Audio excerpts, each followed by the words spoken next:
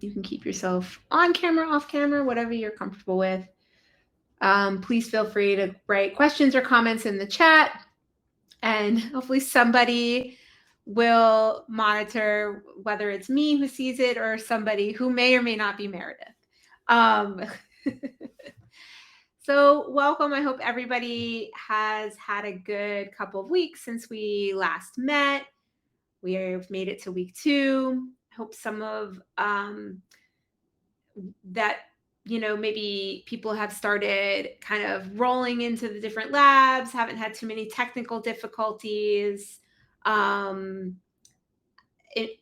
me, this week was, I think, slightly more straightforward in the labs because they covered a lot of topics that I tend to work in, namely like BigQuery. I'm in BigQuery pretty much every day.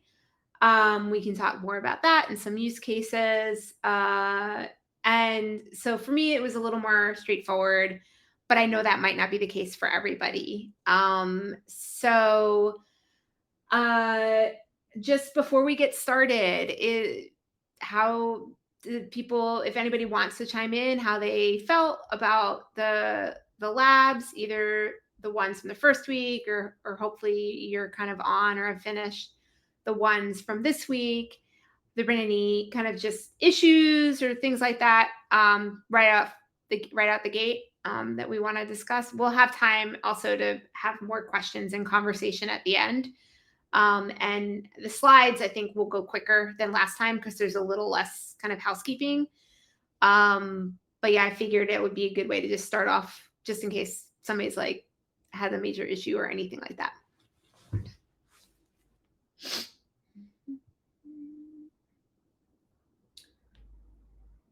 All right. As always, if it's better for you to write in the chat or to ask questions in Slack, which I know some people have, please continue doing that. Okay, moving on.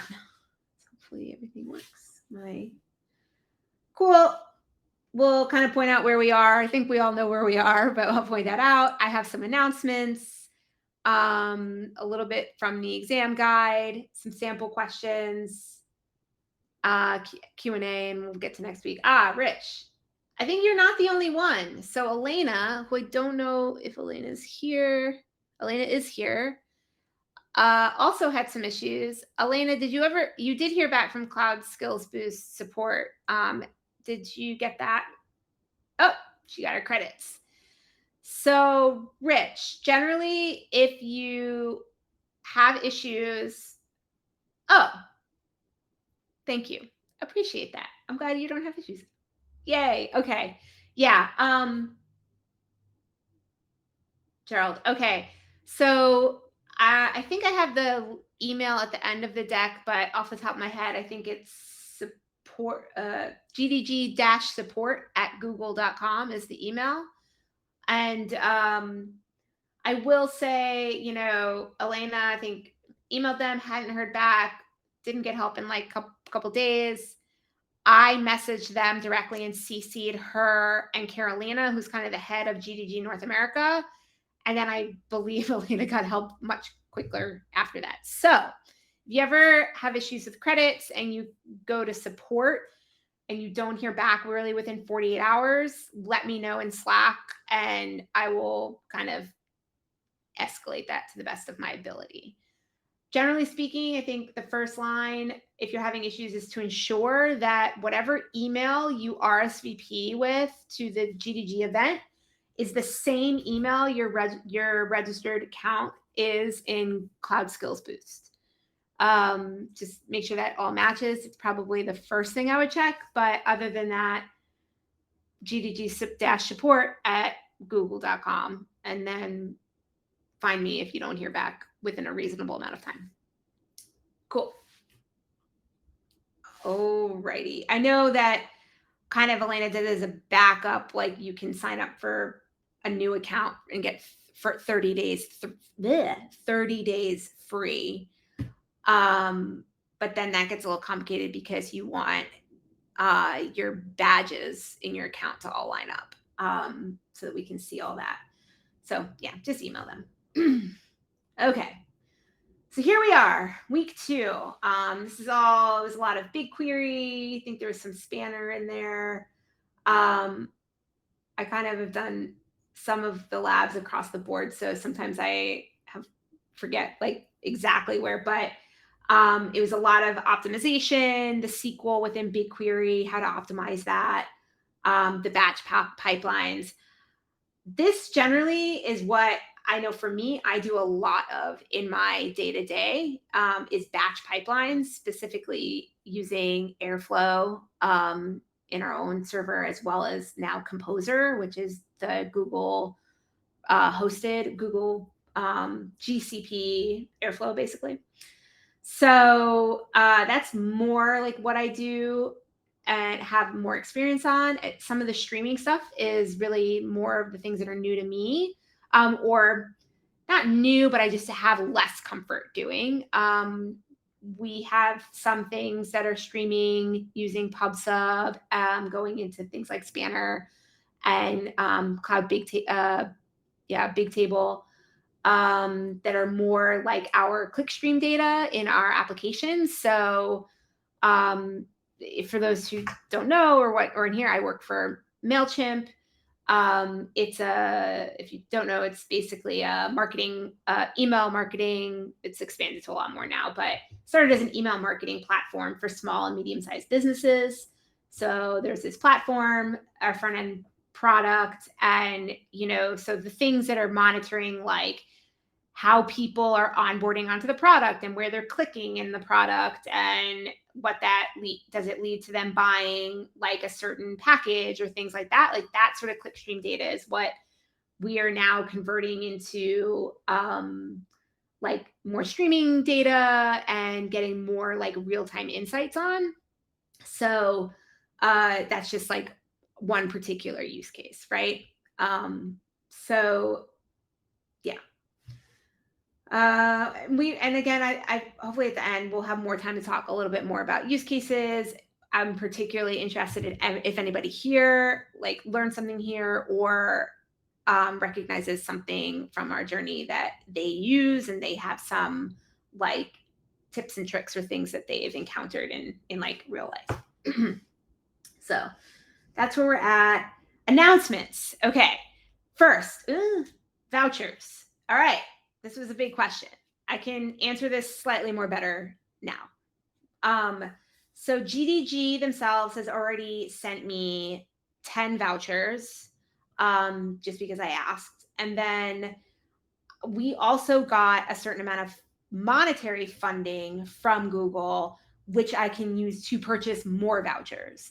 And the amount of monetary funding that I've got for like the 6 sessions is the amount that I could buy up to, I think, 6 additional vouchers.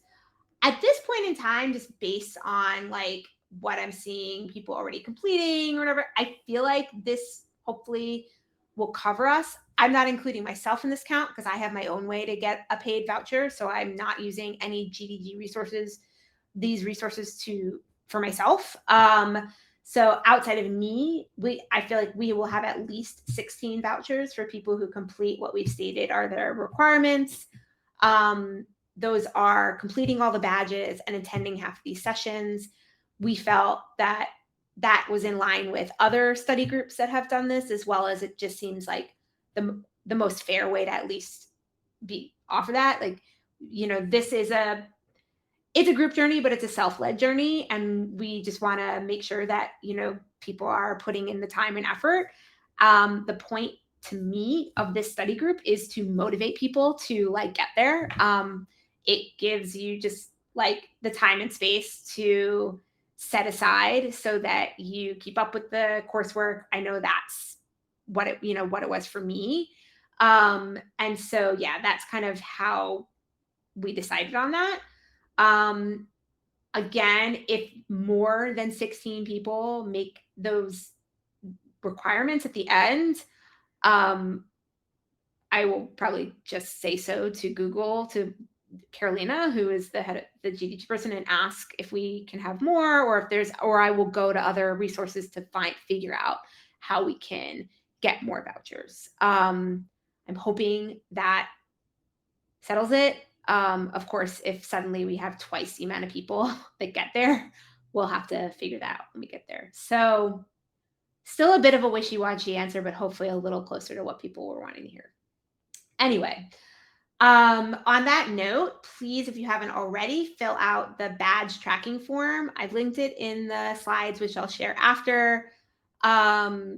It's should be shared in the Slack group.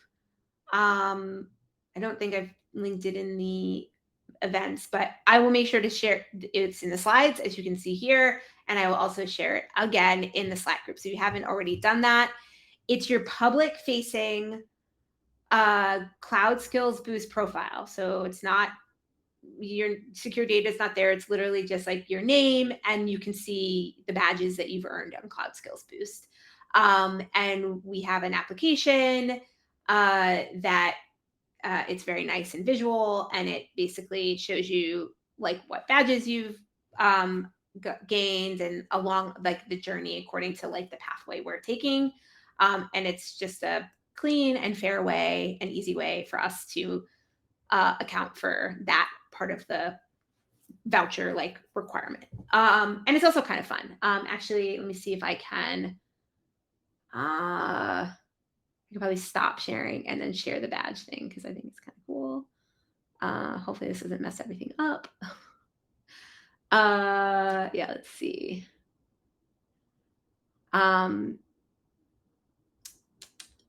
Roman from GDG in Massachusetts. Who's here from Roman's group? Which GDG group is that? Oh my gosh. I keep thinking GDG Boston, but it's not GDG Boston. Lawrence, thank you. Lawrence, Massachusetts. I'm from New England originally, so I should know this. I'm very embarrassed. But he made this amazing Flutter app, and he helped me put this together for our group, and it's like super cool. So here we go. We'll share this again. Hopefully you see that. Can we see that? Yay. Okay. So I can scroll and you can kind of see like we're here and you see how far we have to go and how many days until the end. And then how many badges as a whole the people who are currently in here have earned. If everybody in here gets all of the badges, it would equate to 168. And then you can click on like the sessions, and those are the badges that are associated like with that particular session. So I think it's a nice thing. I'm finding that there's a couple, I know I emailed some people, and I think the deadline for the vouchers, I'm going to make I'll announce this, but I'm going to say I think it's fair to have like 1 week after our last session. So I will make a note of that to make that like in writing. 1 week after. Okay. So yeah, that's kind of what that is. If you don't see yourself in there, I think what we're finding, and I asked Roman about this, he might look at it, is that if you've not earned badges yet in Cloud Skills Boost, and whatever you've sent me in the badge tracker form does not match up your Cloud Skills Boost profile that you're using to do all this, then you're not going to show up in here until you have a badge. I think once you get one badge, you should show up in here. If that's still not the case, Roman is helping me kind of figure that out and why there's a few profiles that don't seem to be working. But no worries. We'll get you all in, and everybody, like, if you have badges, we will get your badges. Don't worry about it. This is more just like a fun way of like tracking, and makes it a little bit easier. Frank. Yeah, so I can make that negotiable. My opinion on the matter in terms of Frank's saying the deadline seems tight. So we've set this up that yes, thank you, Meredith. We're really supposed to have the badges for that week done by time we get to here, right? So here is basically the last 2 weeks, ostensibly, you would have been working on the sessions that we want to do this week, right? So by the 6th session, ideally you will have already completed all of the badges if you kind of do things on that schedule. And so the extra week is to account for, like, maybe you're just a little bit behind. But we can talk, and we'll cross that bridge when we cross that bridge. But I think that's kind of fair, but I want to work with people. I know everybody's kind of in different situations, and we want to make sure that we're simultaneously being accommodating, but at the same time being fair to everybody who is like working on the schedule and putting in like the time kind of on our current schedule. So hopefully I said that okay. Okay, I'm gonna stop sharing and then reshare this deck again. Okay,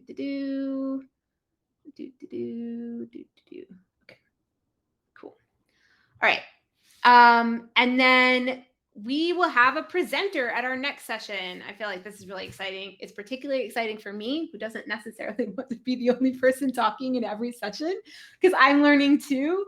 But Vikram Tiwari is a Google developer expert, and he will be presenting BigQuery Madness. So kind of all things BigQuery and fun stuff there. So I think that will be really cool to have a GDE come in. If anyone's not familiar with becoming a GDE, it is not an easy thing.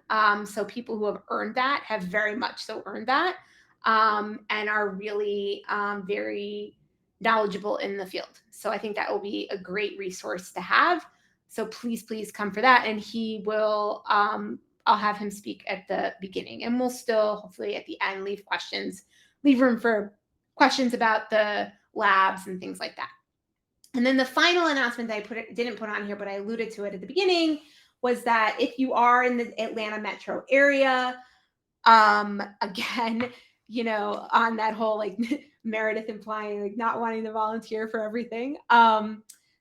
So we are having an International Women's Day event. Women Tech Makers is having their IWD campaign March and April.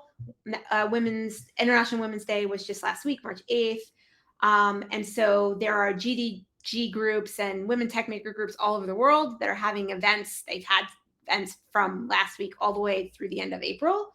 I was not going to do this because it's not something I felt comfortable even planning or being able to have the time to do. But it's very cool that at that same time that people were asking about it, a local organization, FanDuel, is a tech company, does online sports betting and things like that.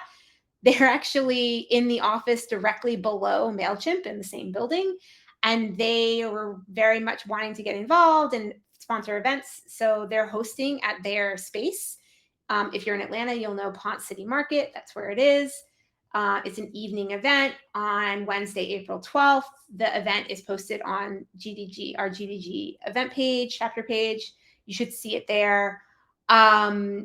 It's for women, people, women identifying, and allies. So please feel free to attend.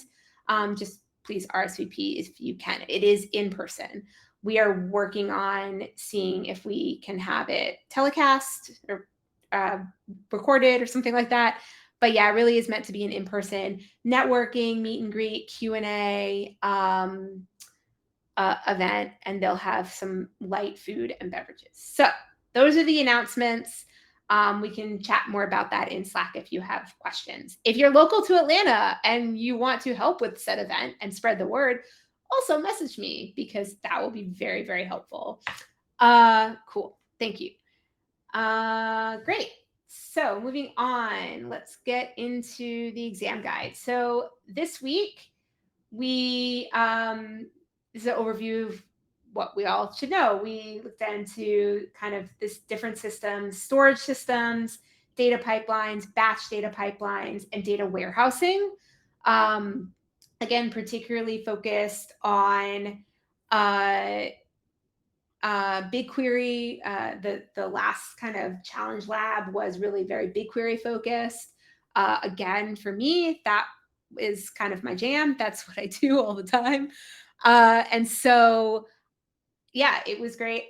But it was also very helpful because there are just things about how BigQuery works and, making your calls more efficient and things like that that I had not known quite as clearly yet. So that was really, really helpful. One thing to note, like with BigQuery particularly, if you don't already, so you pay for the compute, you don't pay for the storage. So I think one of the big take homes for these labs is kind of the separation of concerns between storage and compute. So I think we can get more into that in some of these slides. So I think somebody asked this, or this came up last week about kind of the different storage and analytic kind of databases available on GCS. And this kind of decision trees is I think a really good, easy, like kind of visual of that. We have our unstructured and structured data, kind of where that can go, and then thinking about transactional versus data analytics workloads. Also thinking about kind of the size of your data, how much latency you need, and whether it's like kind of doing more analytical processing or more kind of like row-wise processing, like a transaction database. So that's sort of the main separation between these things. Then you get some kind of nuanced separation between, things like Cloud SQL and Cloud Spanner. So Cloud SQL is more in line with a traditional SQL database, and it's generally if you just need one non-distributed database. But then if you're ending up in a situation where you want more distribution across shards or different partitions of said database, across different regions, having more atomic kind of database structure for your transactional workloads, that's when you're going to go into like something like Cloud Spanner, which has much more horizontal scalability. And then you have kind of similar thing between BigQuery and Cloud Bigtable. It's just a matter of like sort of the overhead in terms of the transactional loads, and then basically how much you pay for like the amount of data like you're processing and the time required for that processing. That is a very like nutshell version of this. I have some questions that will kind of dig into this a little bit more. So here's your Slido of the week. So some of these are more open-ended or discussion-based questions. And then some of them are the more traditional test questions that are multiple choice like we did last week. So I wanted to try this time. I just talked about transactional versus analytical workloads. So my first question is just to ensure if people want to discuss what's the difference between a transactional and analytic workload. I think if you join the slido.com with this number, it will allow you literally just to type in the answer. And honestly, you can do that if people want to unmute and start talking. Maybe it makes sense to see kind of what people come up with first, and then we can kind of talk a little bit. I tried to dig in this week because even some of the practice questions that were in the labs and the questions that were in like the external resources, in the answer, they'll give things like, they'll say something like transactional and analytic load, or they'll talk about atomic, compliance and things like that. And so that assumes that you know what those things are. So I kind of wanted to dig more into that to make sure that that kind of, people have that additional kind of context for those questions. Also, because understanding that just helps sort of strategically think about the answers, right? Cool. I see some people participating. That's exciting.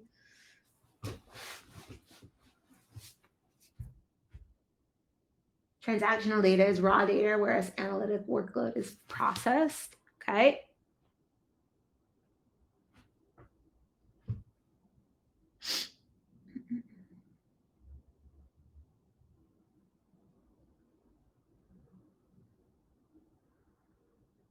Okay, yeah, too much to type.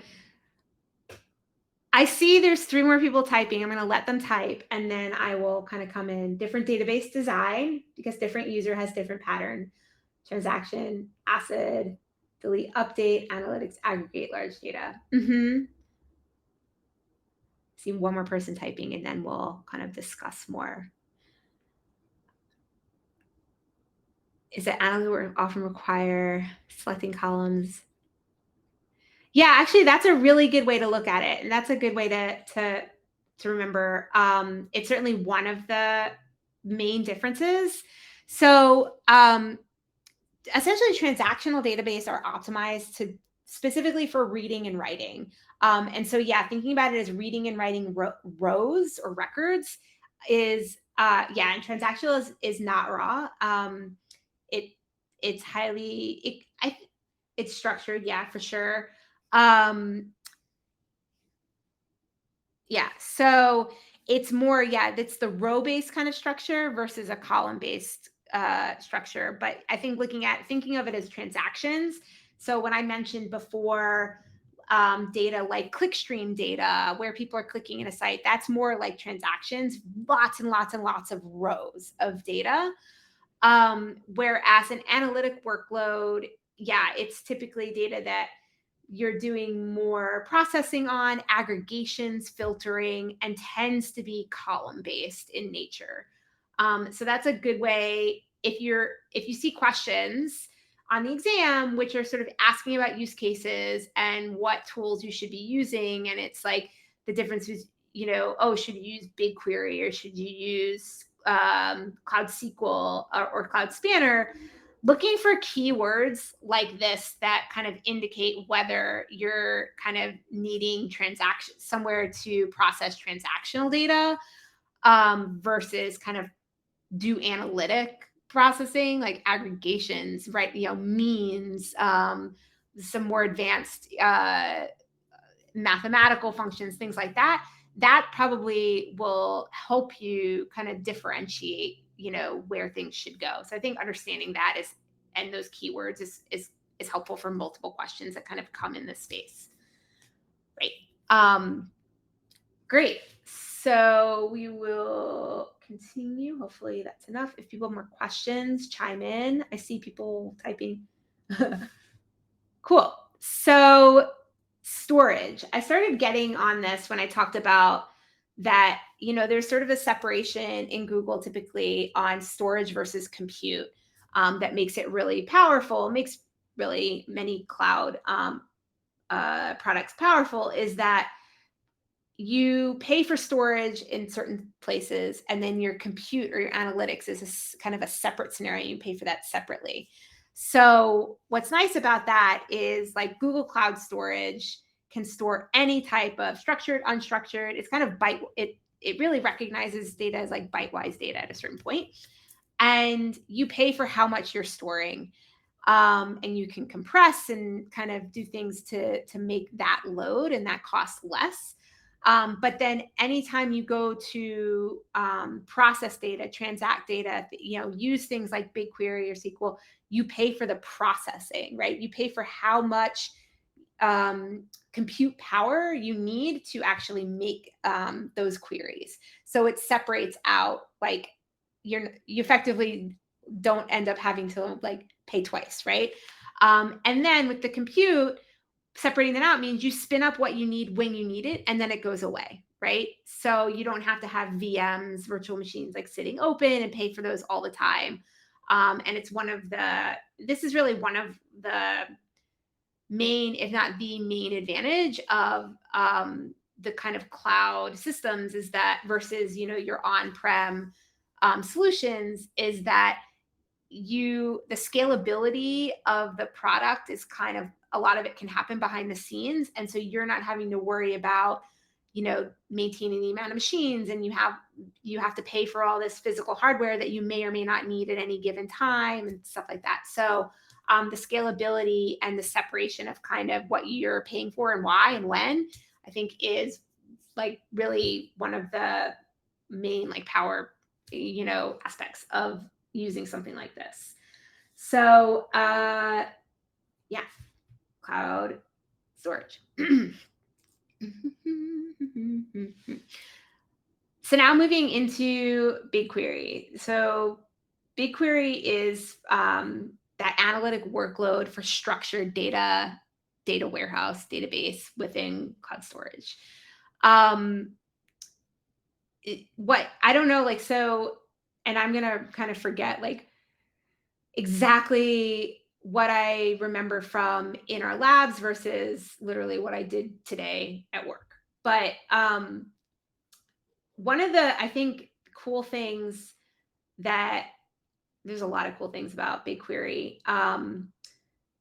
So the interactive SQL queries. What's nice is if you notice, I don't remember specifically if they point this, I think they pointed out in the labs, is that when you write your query, obviously, you kind of in that moment kind of know whether the query will compile or not. And it also tells you in the top right corner how much data will have to be processed for that query before you run it. So that's really, really helpful. Especially, if you're trying to build in more efficiencies to your queries. We learned a bit in our lab about partitions, like date partitions, filtering rows so that you're not having to query like the entire database, right, every single time. Doing some of those efficiencies, and you can adjust that in your SQL code and kind of see before you even run it how that affects effectively how much data you'll be processing, which corresponds to like the cost of the query. I think that's one of the most helpful things. And honestly, I don't know that a lot of people in practice, well, this is observational bias, but I feel like a lot of people don't necessarily make use of that in practical application. I think people tend to like write queries and just try to bang things with a stick and try to get it done without like noting that there's this very helpful feature that can help you like not have to be querying like the entire table every time, right? So, and I know for me, like just paying attention to that has actually made me like better SQL programming, So I'm like, sometimes, yes, you just have to beat it with a stick, right? And just get the query. And there's maybe just one way to do it. And you have to go through all of the data to do it. But other times, like there is a better way. And if you just step back and think about, how much data do you actually have to process to answer the question you need, it becomes like very helpful, not just from a practical application, but from like your own learning standpoint. So you get to be doing work and learning at the same time, which is great. I've got a question about partition tables. Yeah. There was an example where it talked about removing the partitioning after, like setting the partitioning to disappear from the table after 3 days. Mm-hmm. And I couldn't come up with a reason why you would do that. So I was just curious if you or anybody else could explain why you would do that. That's a really good question off the top of my head, and I want to look into that. I'm wondering if there's some kind of cache that's being kept when you make that partition, which would then go towards your like storage costs. That's my assumption, but it's a really good question. Does anybody else here know the answer? I'm writing it down. Why make partitions inspect? Yeah, it was okay. I'll have to go back and try to find where that was, in all the many and all the many pieces of content we've been through in the last couple of weeks. Yeah, I know it's like a lot. I don't think I've come across, I mean, doesn't mean it's going to be a question. I don't think I've come across a practice question that relies on knowing why that is. The partitioning questions tend in my mind to really focus on like efficiencies of queries and why you would partition, but not why you would stop partitioning. But it's true. Like, and I feel, yeah, I feel silly for not questioning the question. You know what I mean? Like, just, oh yeah, of course, because all the examples gave like expiry, like, oh, you have to put an expiry to the partition, but then not questioning why that would be the case. Thank you for your vote of confidence. Also, yeah, yeah. I think, because I think in some points, yeah, Barney kind of makes the point that, you know, there's, you do have some advantage for certain queries when you have a partition, but then in other queries, when it's not necessary, you're actually creating more of an overhead that's necessary. And yeah, I think there is cost. Data in that partition no longer available for querying, you're not charged for partition. BigQuery eventually, okay, so I'm reading what it says. When a partition expires, the data in that partition is no longer available for querying, and you are not charged for storage of that partition. BigQuery eventually deletes the expired partition. Until then, the partition counts for purposes of table quotas. To delete a partition immediately, you can manually delete the partition. When they, yes, and Meredith, you are correct that you have to create the partition.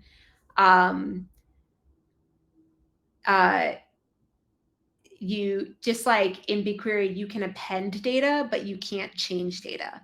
So to change data in a BigQuery table, you effectively have to do like a replace table, or, you know, make a copy or something. So I think it's kind of a similar related, is that yeah, the partition is created at the time of creation, and you can't recreate it within the same table. You have to create a new table. Yeah. I think, yeah, I think we've gotten pretty close to what is probably the answer, but I will dig just maybe to find some actual, like, oh, BigQuery docs managing partition table. Thank you. I will save that link for later and share that. Cool. Yep. Man, I was right. I was pretty much right. I'm proud of myself, y'all. Proud of myself. Cool. So these are just some of the capabilities and awesomeness of BigQuery. Yeah, you can do machine learning in BigQuery. There's like pre-built models and things, which I think is like very, very cool. I personally don't know of anything, like I haven't worked in anything in like production models that uses that. I can see it in like testing. But who am I? There may be somebody out there, enterprise, who's using production BigQuery machine learning models. It would be pretty cool. So let me go. Right. So one of the advantages of BigQuery that we just read was about it's being serverless and no ops. So let's make sure. What does it mean to be serverless?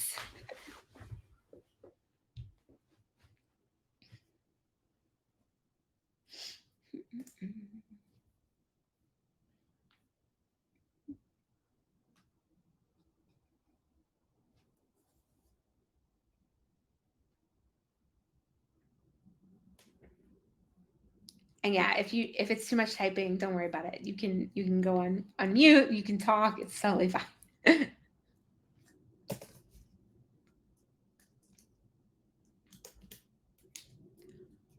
But you can also answer these questions anonymously. So if somebody doesn't want to put their name to their question, maybe this is like a better way to do it. Serverless simply means that you don't need to work on any infrastructure. Google does it for you.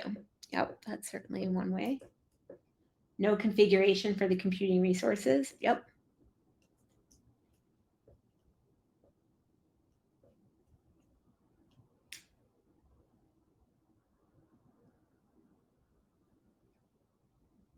You don't have to deal with server management. It makes service similar to calling an API. Yeah, that's actually a really good way to think about it too. I like also that you don't have to deal with server management pay for what you use. But because that reminds us that it's not actually serverless. There are servers, obviously. You just don't have to manage them. Google manages them. And then they deal, you scale and descale based on what you use and what you need. What's interesting about that is, yes, it does scale and descale based on what you need, but there's a nuance. Like you do have to know a little bit about what you're doing and what you're building to ensure that you don't have, like, because you can get runaway costs and be searching all over Google Cloud for, why did I have this crazy bill? Where did this come from? And you didn't realize you had like a cluster that has been sitting open or something like that. So I think it does take a certain level of knowledge about what you're building versus and how to tear things down so that you don't have unneeded processes kind of running, because certain things, yes, scale up and down once they're running, but then you'll still be paying for services even if like you're not running something on a cluster, right? If you build a cluster and then you're not running anything in it, but you don't tear down the cluster, you're going to be paying for the cluster. Well, it's not that much, but you'll be paying something. So it's not completely hands off. That's why we're here learning all this stuff, right? So we had this conversation a bit before, like, this kind of is sort of a visual example of like the analytic loads versus the transactional loads. So BigQuery is looking at the columns. So this sort of lends itself to other options for making your queries more efficient. So filtering your data before you query. So if there are columns that have nothing to do with the query you're trying to write, then filtering columns to what's necessary first is a way to vastly cut down on the amount of data that will be required to process. And that will cut down on your costs as well. So that's one of the advantages of the column orientation. And then you can use partitions to further kind of break that down. Say if you're calculating a daily average, right, a rolling daily average, then having date partitions would be kind of beneficial. All right, so here's some more questions. This one, it will be in Slido, but Slido doesn't allow you to put all of that text. So I'll just show the full question here, and then we'll go to the next page, which is the Slido. You're working on a project with 2 compliance requirements. The first requirement states that your developers should be able to see the Google Cloud Platform billing charges for only their own projects. The second requirement states that your finance team members can set budgets and view the current charges for all projects in the organization. The finance team should not be able to view the project contents, though. So you want to set permissions. What should you do?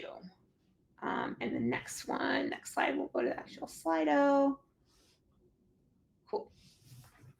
And I can remind, basically, yeah. So you want the developers to be able to see the charges only for their projects. You want the finance team to be able to see the details for all projects within the organization, but not the contents of the projects. And the finance team should have the ability to kind of update billing capabilities and things like that within the organization.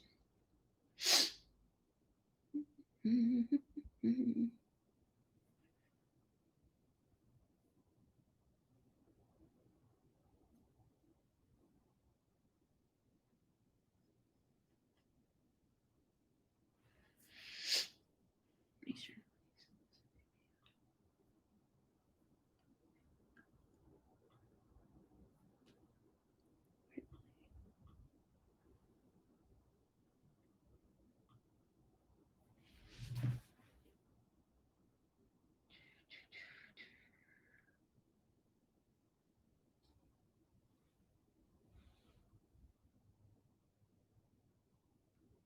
Three, 5.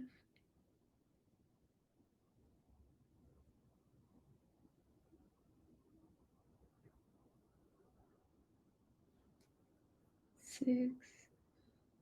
This one didn't, I guess I set it up wrong that it didn't show me like the breakdown of what people are answering. Can't get it all right, folks. What can I say? I see 6 people in there.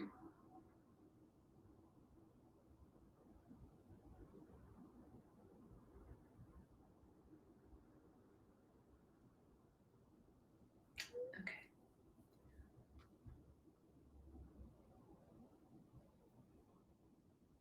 Well, I haven't seen more people jump in the Slido, so speak now or forever hold your peace. 7.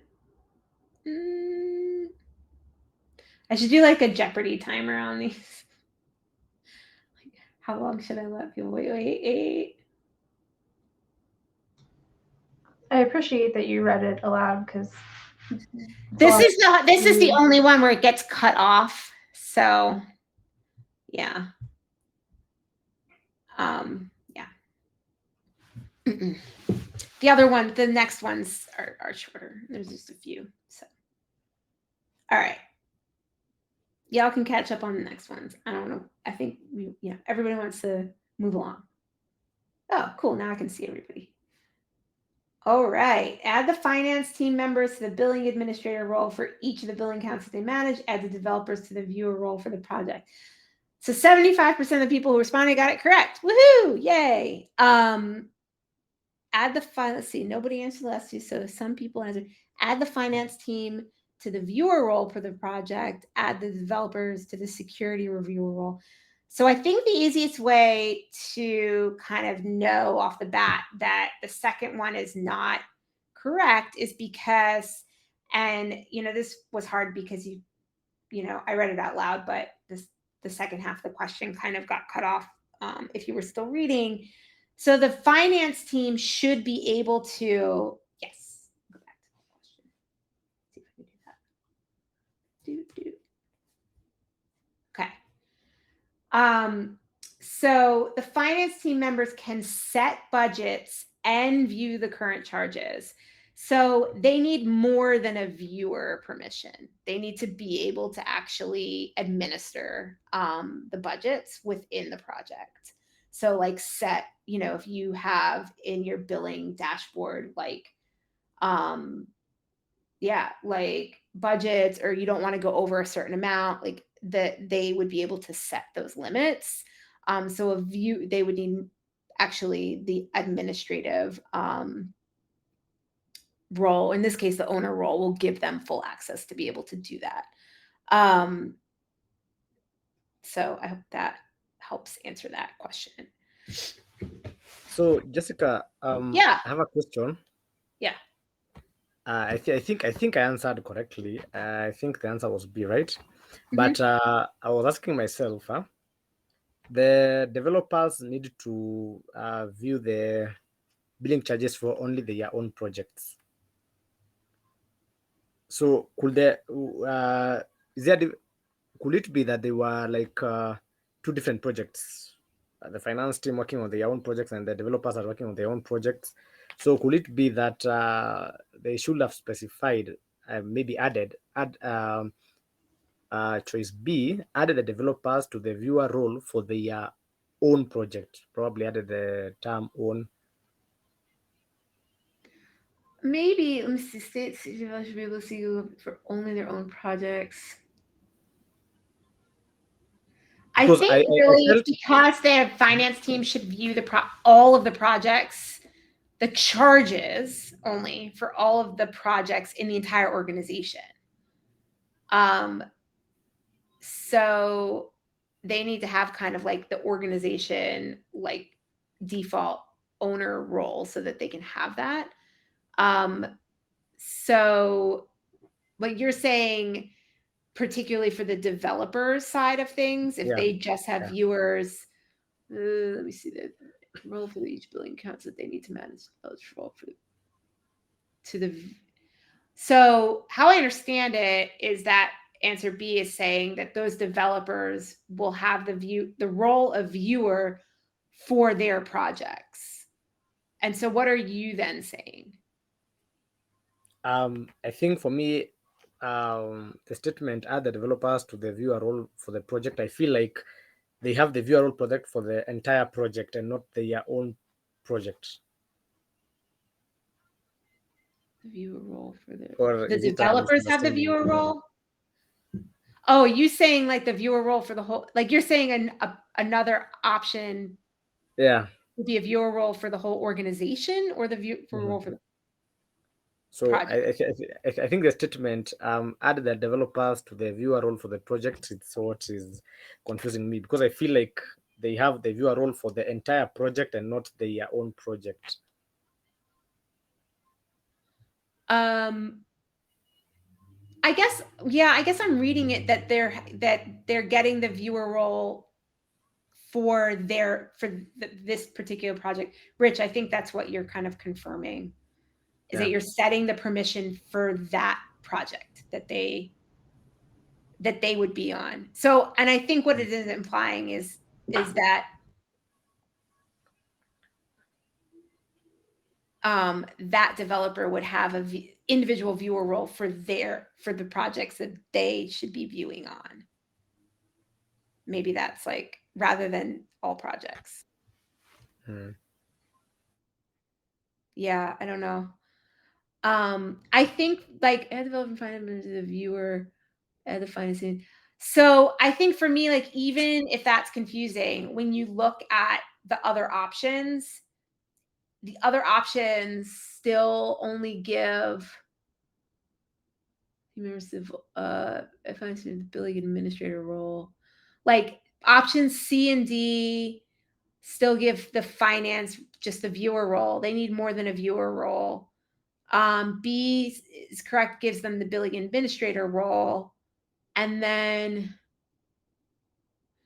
if you give finance team members default IAM owner, they will be able to see everything in the project, which you don't want them. You just want them to have the billing information effectively. So I think like that's a way to sort of narrow down your choices, is, like things like that kind of, I think, narrow it down a little bit better than even the information given for the developers. Yeah. Yeah. I mean, that's kind of what I'm saying, is that elimination sometimes is the best way to go if you're questioning. Yeah. So which one is the correct answer?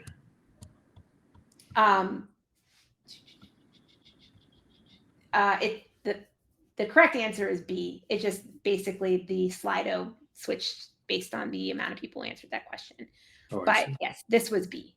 So finance team member should be billing administrator role, and then the developer should be the viewer role for their particular project. You don't want the finance folks to have IAM owner role, because then they'll have access to everything. Right. And they need more than a viewer role to be able to set budgets. Yeah, but I think the developers need more than just a viewer's role for the project if they want to develop the project, right? They need viewer for the billing of the project. Right, but that's different from the project itself. So the roles are set to the particular account. So, or like service account. So in this case, it's particularly, the role is, they're saying for the bill, being able to view the billing charges of that account. It's not like viewer on the BigQuery project, right? You know, if you're working on BigQuery project, you would need more than just a viewer. It's to see the billing. Yeah. Yeah, this is a very ambiguous wording. Yeah, there's a few, and I think Barnabas says it right, is that kind of going on like elimination method in those cases helps some of the ambiguity. I'm in agreement that I think you really get in the weeds, it can be ambiguous unless they're become very particular about wording, about we're particularly talking about this type of service account role, blah, blah, blah. Like they really kind of get down to that level of granularity, which they haven't here. So then I think going back, like working your way backwards is probably the best way for this situation. But I agree, stuff like that's kind of weird. So take it up with Google. I didn't write the test.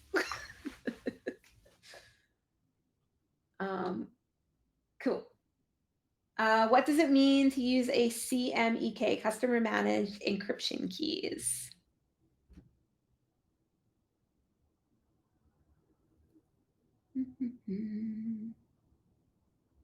Right, 8, okay.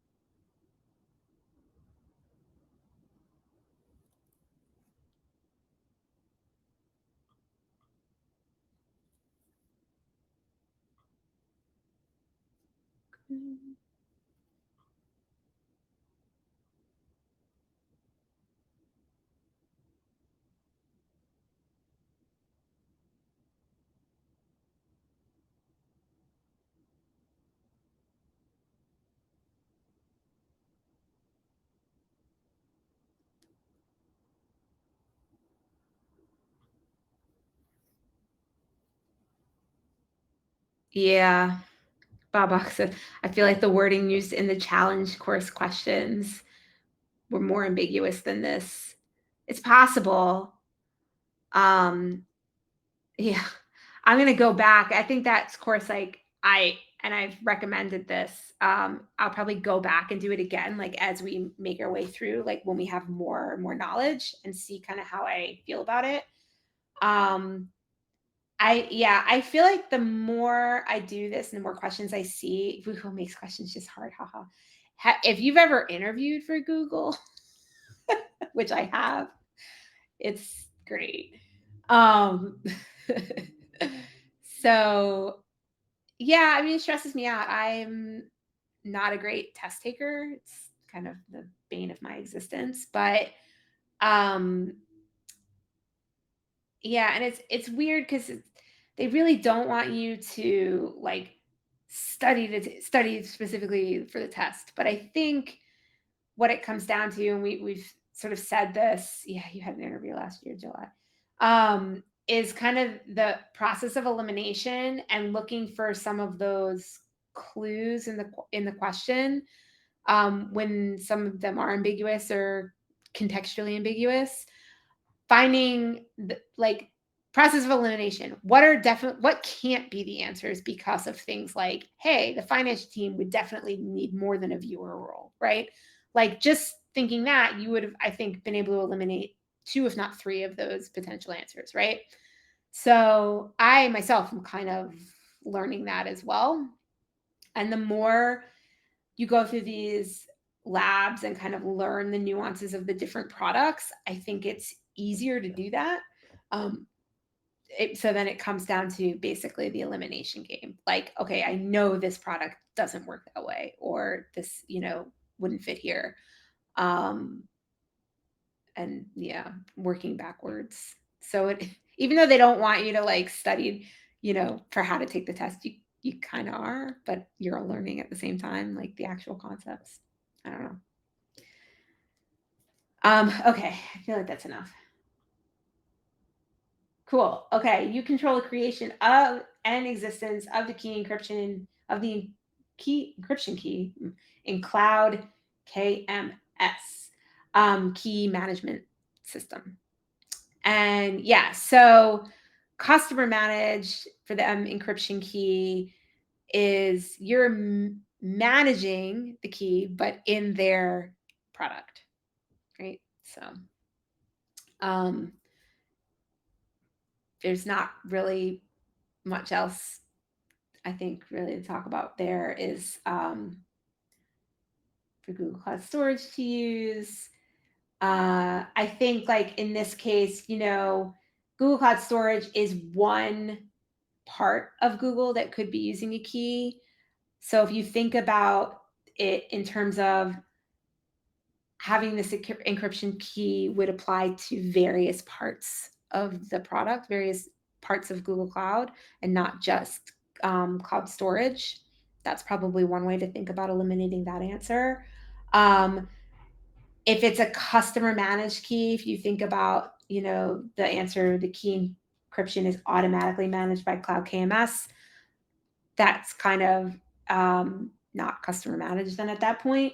And then nobody had the other answer. So again, I think it's just thinking through and working your way backward to think like, how does this apply across kind of the various products?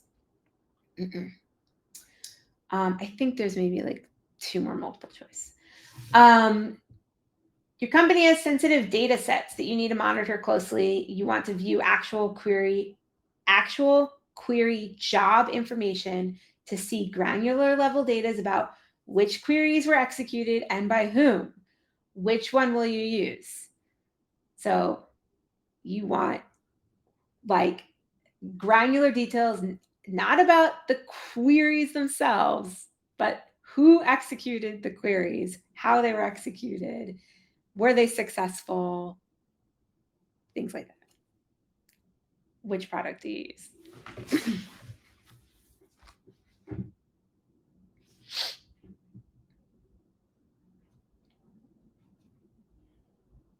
It seems like about 10-ish people have been answering these, so I'll wait for 10 people to respond.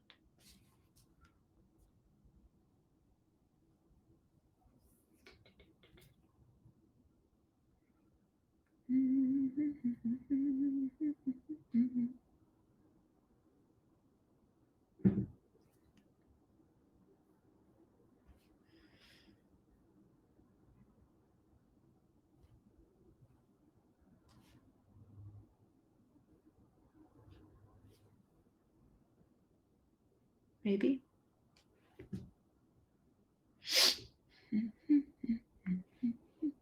There's 10. Okay, I'm going to call it. Cloud audit logs. Yes, excellent. So cloud monitoring is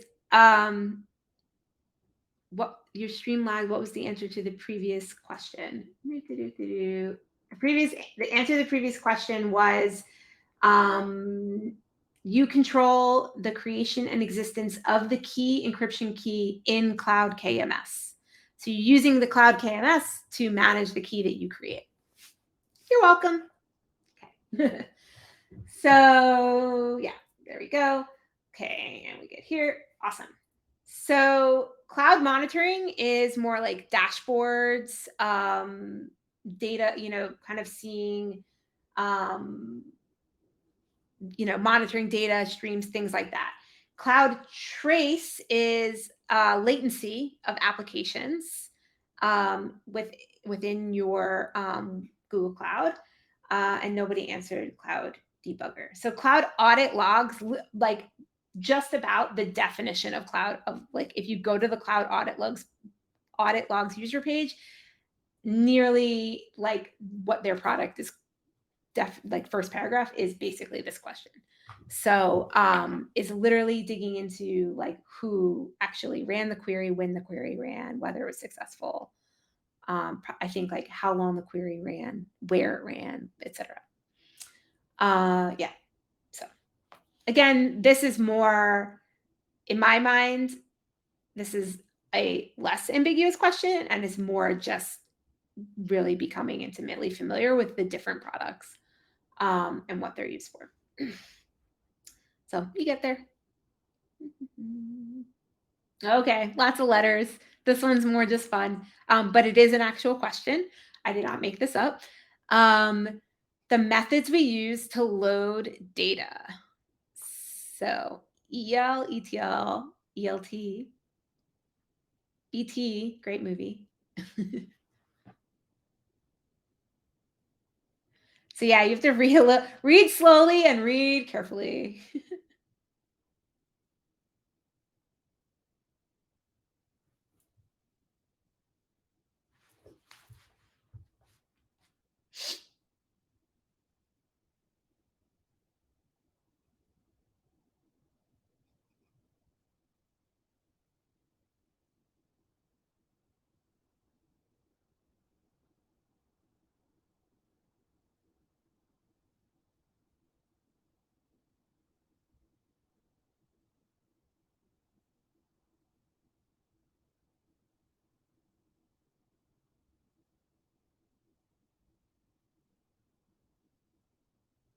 I will say you can use process of elimination on this one.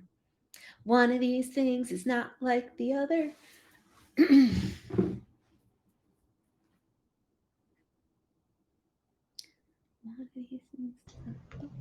What is that from?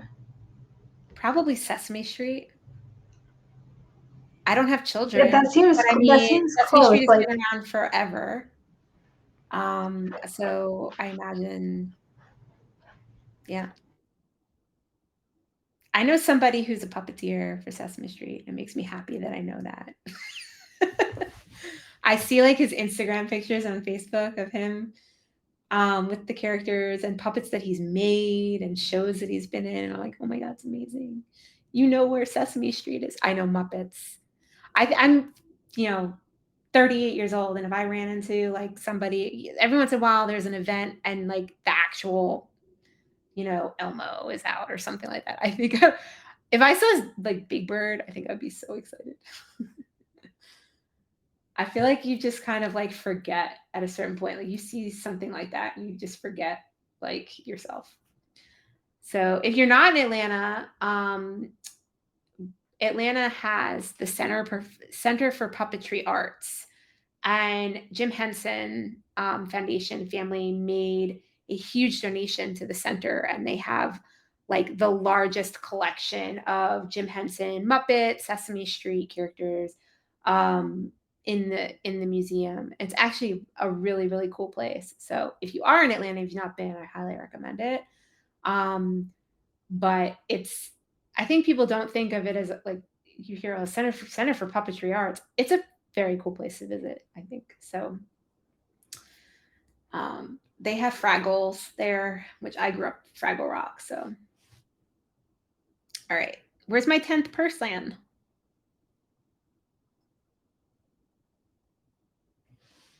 All right, I'm gonna go for it. It's getting late. So close, folks.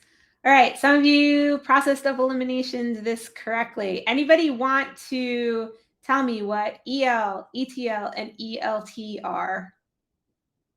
Just like what they stand for. I think EL means extract and load. Yeah.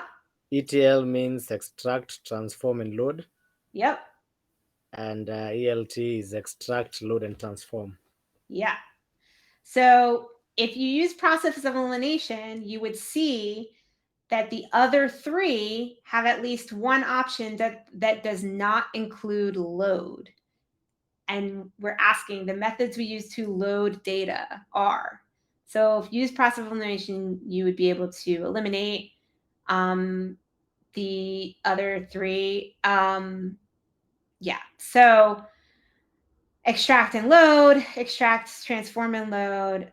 Load data is where to GCS, to BigQuery. So extract and load, very simply, I have a pipeline right now that literally just hits an API every day and loads the data directly into a GCS bucket. That would be an extract and load.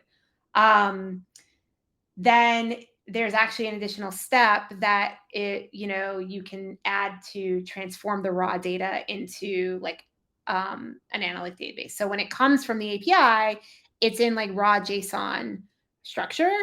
And then we do an additional step, which is like the transform into like a usable base data table in BigQuery. So that would be If it's just pulling from the API and going into the bucket, that would be extract load. Once you then add kind of the post-processing into like a BigQuery table, that's extract, load, and transform.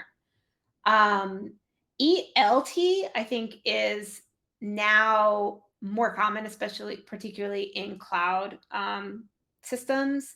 I know in school, we always talked a lot about ETL, but now that we have like the resources to store raw data very cheaply, it makes a lot more sense to actually do that, right? To extract from third-party sources, from APIs, from things like that, the raw data, and load it into BigQuery or some other equivalent resource, and then do the transformations later. So you always have kind of the raw data to back it up, right?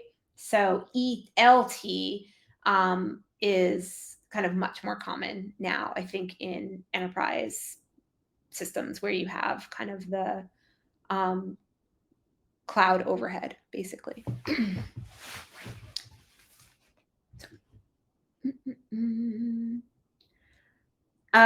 So these are just like a couple of, I think I have this one and one other question, more open-ended discussion. I just want to make sure, because there are not few, I've noticed quite a few questions in the exam that talk about ACID or different parts of ACID compliance. So it struck me that we should probably make sure we understand what that is. Spanner database has its own version of ACID compliance, and there's different methods for getting that, but we should probably know what that means. So again, this is probably a pretty long answer. So if somebody wants to chime in and just say like, what does the A stand for? What does C? Or like give a general what they think ACID means, more generally speaking, that's good too. Or you can type it here.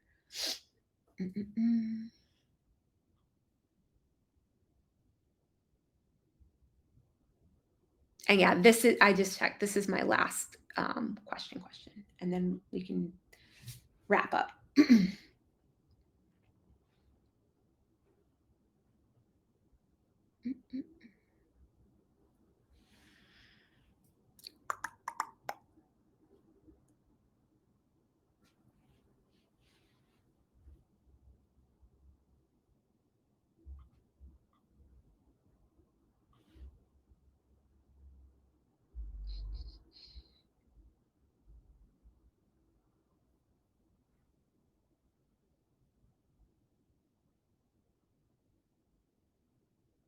Close. I think you got some, so it's for financial transaction data. It's not just for financial transaction data. I can look into the history of it, though. There's a good chance that some of these concepts started with the financial industry and their databases for literally regulatory compliance reasons. I wouldn't be surprised if that were the case. A lot of kind of the advancements in kind of database and data regulation really did have come out of the financial industry. Yeah, atomicity, I always have trouble with that word, consistency, isolation, and durability. So yeah, just kind of to general overview of that is it's basically like a set of principles that ensures that your database and transactions are processed reliably, kind of at all times, or as most of all times as possible. So if a data storage system kind of has all of these principles in check, then it's said to be ACID compliant. Atomic means that any given set of like operations must either all complete successfully or fail altogether. So if you have related operations, so that would be like going to the financial example in a bank. If you have a transfer, like a withdrawal from one account, you have the update of the account, right? So you're taking negative money from one account and depositing it maybe in another account. Those transactions are related. They either both operations have to pass or they fail, right? Because if you pull out, part of the first half of the transaction comes out of like one bank account, but then let's say there's a server shut down and then the money doesn't make it right across. Now the partner, transaction that should go with it hasn't been confirmed, hasn't passed. So you want basically to roll back the original like debit, right? Otherwise you're going to have like, your accounts aren't going to line up, right? You're going to have money that has been pulled out of an account and it hasn't been deposited anywhere. So you have a mismatch. So basically any transactions that are related in that way, you want them to fail or succeed concurrently, like together at all times. So consistency is like your data integrity checks. These are more like business rules that have to be applied. So they tend to be, again, it's sort of an extension on the example I like just gave. So, but maybe there's more kind of granularity to like the order of operations that has to happen for one thing and then the next, or like a set of transactions. Sometimes or a lot of times that would be set at like the business level, right? And so you have to ensure that effectively your data integrity across all these different transactions and databases would be kind of maintained. And that any like dependent transactions kind of occur in tandem, and like you don't end up with leaks of information where if like something comes out of one place and not into another place, then you have inconsistencies. Isolation is, how do you explain isolation? So isolation is that, I think that has to do with like if you have multiple transactions kind of overlapping that may like conflict with each other. So you want to make sure like you have like kind of like snapshots and isolation of the transactions. And then durability is that your transactions aren't lost. Basically, even if you have a complete like system shutdown, any changes like read or writes have been written to a log so that you can roll back to like the previous known state at all times. So that's kind of, you can get more like 411 on that literally by Googling it and probably get like better examples. The financial example is kind of one of the easier ones to give, which is probably why some maybe assume like it applies specifically to finance, but that's not necessarily the case.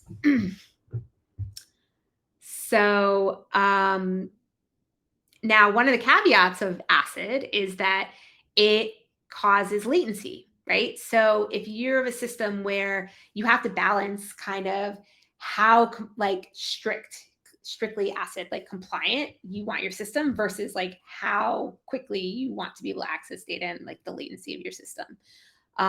So that's just some of the things you have to like consider in that sort of situation. Any questions, comments?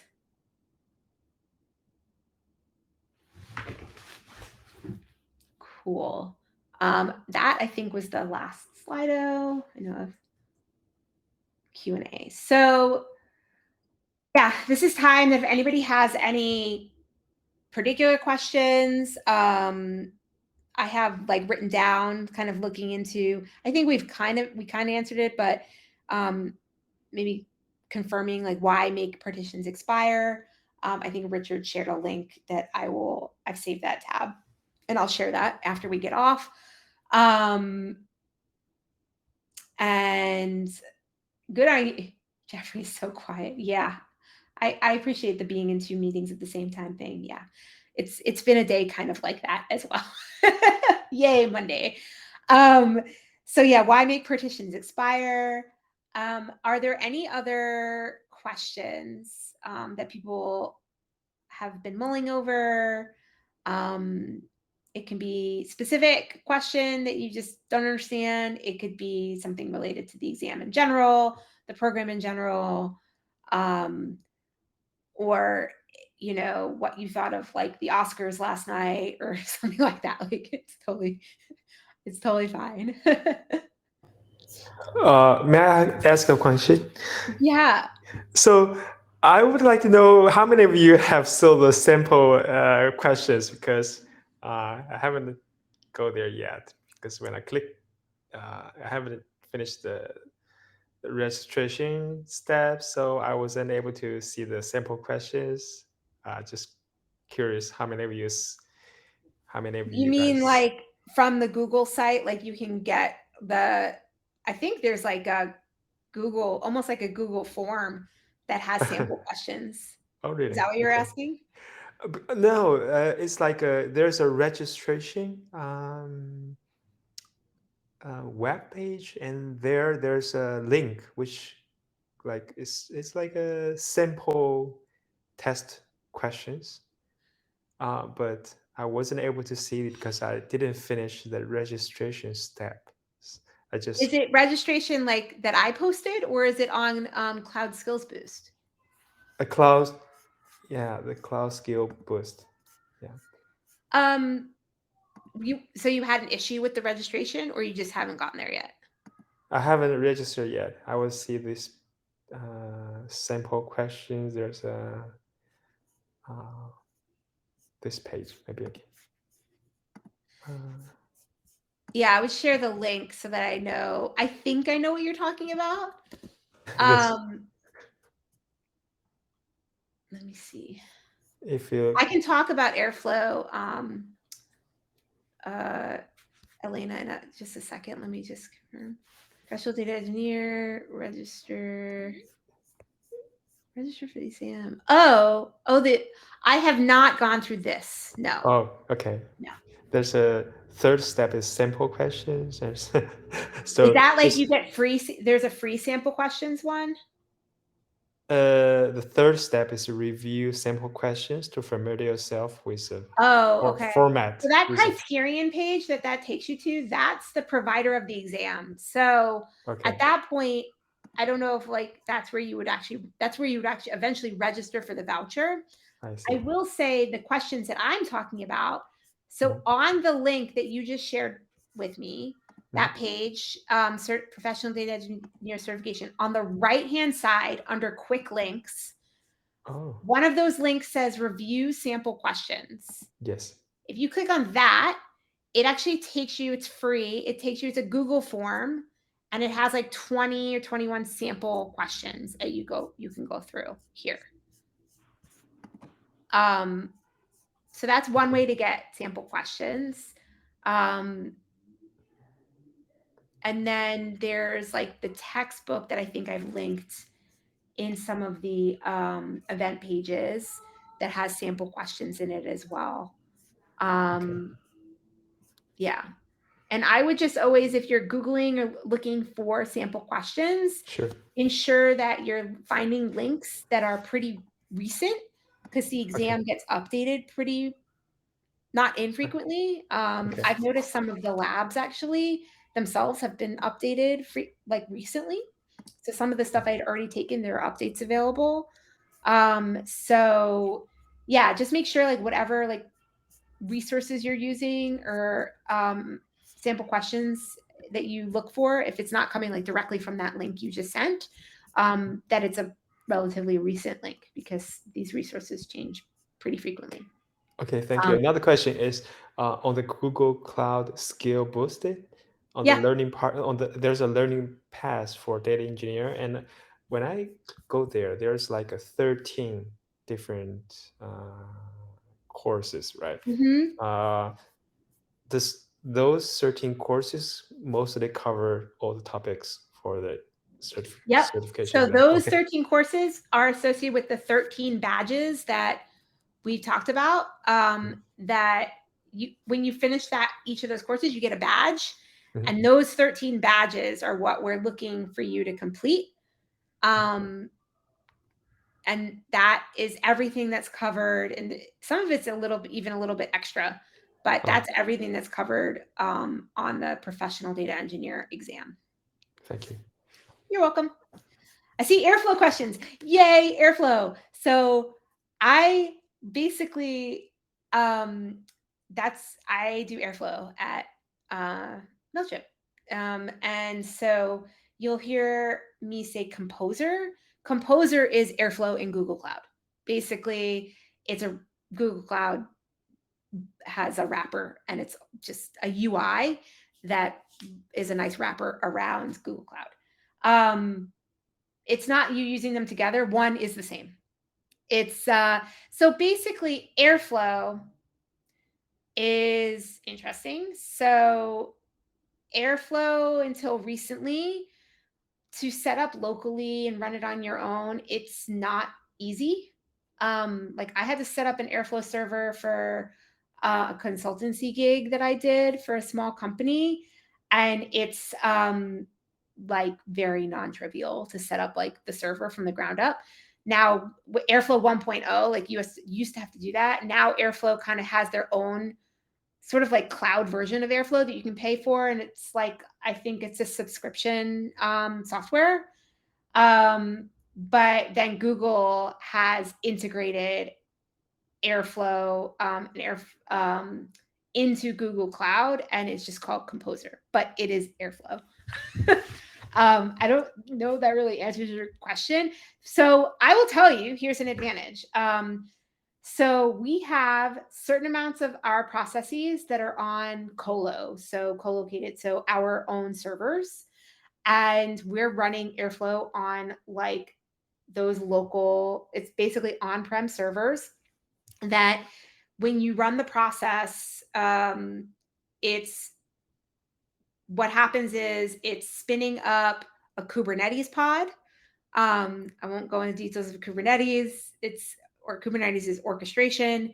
Kubernetes is basically spinning up like your cluster, right? Like your virtual environment, all your resources, all your dependencies, all the stuff like that. And then storage, it's like your own little computer. And then it's running the scheduled process. So in this case, most of our processes are move data from this location to another to BigQuery and process and pre-process it and make it into this nice base table for the marketing team, let's say, or a table that can be readily used for a dashboard. So Airflow is kind of orchestrating the steps required to take data from the one place, transform it, put it in another place. So just kind of standalone Airflow running on an on-prem server, which we have some of, is very, very, very difficult to manage. You know, especially when you're working with enterprise grade data that gets very, very big, and you have some BigQuery queries that are taking 3, 6, 8 hours to run. What happens is your Kubernetes pod that Airflow schedule is running on times out before the process finishes, and we get a lot of failed tasks. And it's very difficult to get the logs. Once the Kubernetes pod dies, after a little while, that it disappears and you lose the logs. So very not ideal. Very, very difficult to manage, very difficult to troubleshoot. So we've been slowly moving as much as possible of these same processes into Composer, which is it's Airflow, but it's Airflow in cloud. Now, here's one of the main advantages of that. We're already running data in Google Storage and BigQuery. Composer is in Google Cloud. They're all sitting effectively in the same environment, on the same organization, talking within the same projects. So a lot of what we have to build in our Airflow that runs on our own on-prem server are like custom code to allow us to be able to talk into Google Cloud and do all this extra stuff, because we're going from like our on-prem server into Google Cloud, and it's a mess, right? Now, the advantage of using Composer is you're already all in the same place. Your schedule, your scheduling process, your data, it's all in the same Google Cloud ecosystem. So a lot of the extra fluff code, that custom code that we've needed to rely on, gone. You can use just pre-built, they're called operators in Airflow. Typically, there's a few very custom things that we do that we still have to write our own, but a lot of it is pre-built and ready to go, and it generally works as long as your permissions are all there, right? So, and then all the logs are saved. You can see all of your runs. It's very visual. The dashboard is beautiful. It's very easy to like click on an individual task and see and download the logs. You get much more granularity without having to know, like for me, when I'm troubleshooting our Airflow that's in our on-prem servers, you have to know like Kubernetes command line, like it's called kubectl, right? And like all these, I'm in like command line, like breaking into the cluster and then like running all this command line code in the cluster, trying to do it quick before the pod is destroyed, right? It's a hot mess. So I don't recommend. So yeah, it's a bit of a process moving some of these into Composer. It's non-trivial. It's probably why I have a job right now. It's part of my job, and it's kind of fun to me. It's like Legos, but yeah, that is why you would use Composer versus just like standalone Airflow. But they're one and the same. It's just Airflow in GCP. I hope that answered your question. It's super interesting. Like, and there's pros and cons to all of this. We're finding different, really weird, wonky things. And I'll tell you, Google's not perfect. Like, we built an operator recently that was basically a wrapper on existing Google Airflow operators. So managed, regular like things that exist in the environment. And we found bugs, like things that don't work the way they should, right? And we've had to escalate like issues directly to the Google team. Like, hey, this operator is broken. So they're not perfect. So that's always pretty interesting. And then you're relying on like an engineering team outside of your organization to fix something. So I think that's pretty relevant, like things to think about. Yeah, sorry, blasphemy.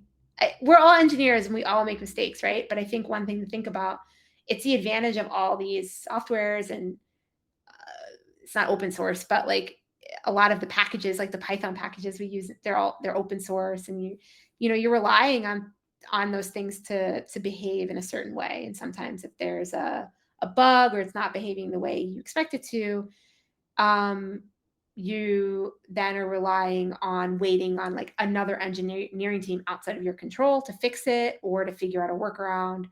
I think that's just like practical things you have to deal with like day to day in engineering of any kind.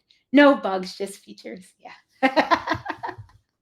So we are over time. My apologies. But I think that's about it. So yeah, week 3. If you're not all caught up on these 5-ish badges, again, the Preparing for Google Cloud Professional Data exam, engineering exam, we're saying, have that done by the end. Revisit it, through the program if it helps. We did find, or some people pointed out, that trying to do it by the first week was a little bit hard because it covers everything. So it logically makes more sense to maybe put it at the end. But keep working through everything. And then next time we will have the conversation from Vikram, who will talk more about BigQuery. And then we'll talk about some streaming analytics as well. So yay. Any other questions, comments, concerns? You can ask them right here, or you can go to Slack. Thank you. Let me see. Here's our Slack if you're not already there. I will share this slide deck in Slack. I will save the recording. That will go to YouTube. I will share that link. I will share any of these resources we've talked about during the event, during today's session. And I will try to get these slide decks and the links in the follow-up email tomorrow. So I hope everybody has a really nice night. And Barnabas, I hope you get some sleep. Thanks for being here. You're the best. Thanks, everyone. Have a great night. Bye.